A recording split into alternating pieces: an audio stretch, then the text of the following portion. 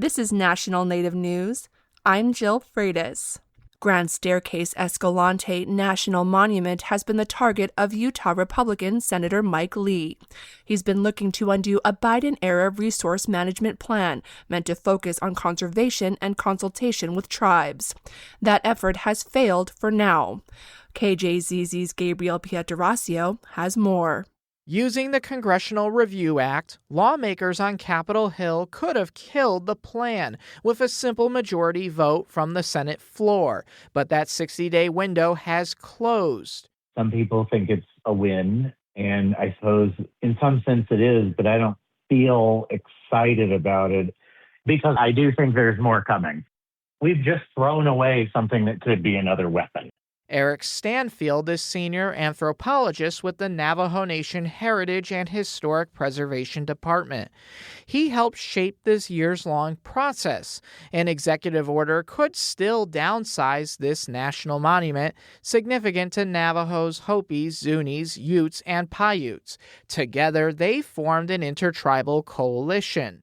Having to respond to this really strengthened the coalition. It bonded the group a little bit better. We organize, and that's going to persist. For National Native News, I'm Gabriel Pietrasio. Authorities are looking for methods to close gaps preventing justice from being served when violent crimes happen on reservation settings. Now, the FBI, ATF, and tribal law enforcement are doubling down on these efforts. SDPB's CJ Keene reports. They're calling it Operation Ballistic Backlog, and it falls under the ongoing effort Operation Steadfast Promise, which is aiming to solve cases that have troubled reservations and Native communities for decades. To put it simply, firearms leave something of a ballistic fingerprint, which can be traced if and only if prior uses of that firearm are documented into an ATF database.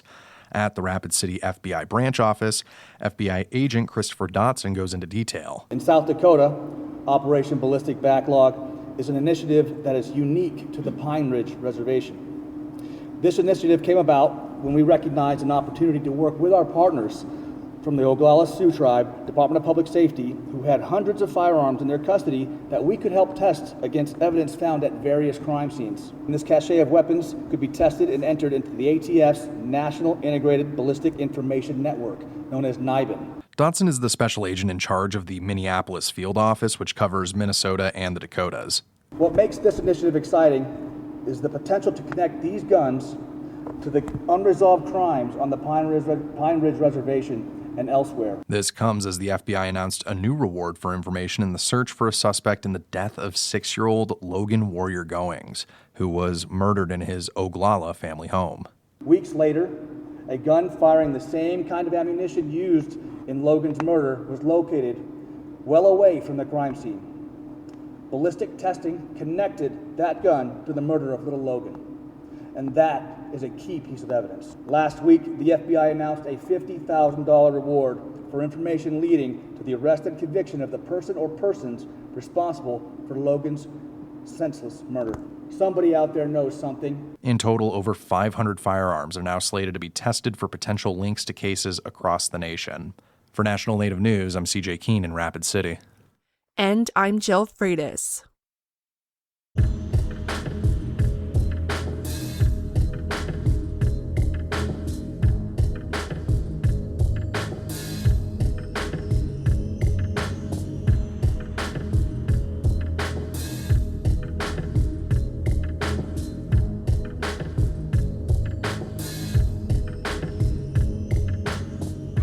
National Native News is produced by Kawanak Broadcast Corporation with funding by the Corporation for Public Broadcasting. Tribal Development Partners, helping tribes build toward their goals through 105L leasing and essential facility development, empowering sovereignty, strengthening community. More at tribaldevpartners.com, proud supporters of this show.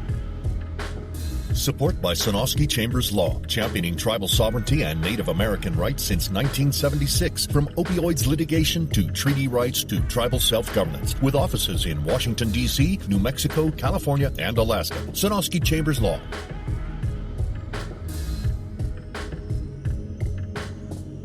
Native Voice One, the Native American Radio Network.